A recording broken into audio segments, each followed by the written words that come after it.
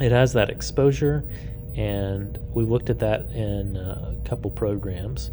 If I increase the exposure, the longer the exposure, the brightener it's going to be, the less exposure, the darker it's going to be. And so you can see my whole histogram. You can see my whole histogram like slide to the left or right there.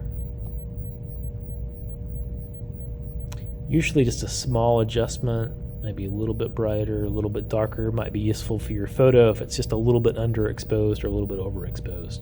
So let's do reset. There's the contrast slider. So the contrast is just going to spread out those values.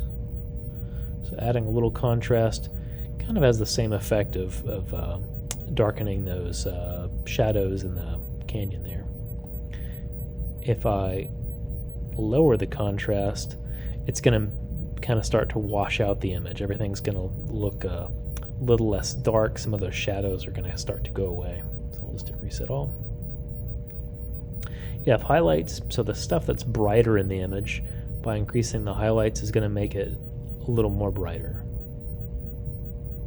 Now this particular image doesn't have any huge amounts of bright values, but if you look in the sky, it's kind of recovering some of those values by increasing the highlights. Now shadows would be looking at the darker values and trying to increase or change some of those values. So if I go to shadows and increase this, it's actually taking the values that were in the shadow and kind of eliminating them.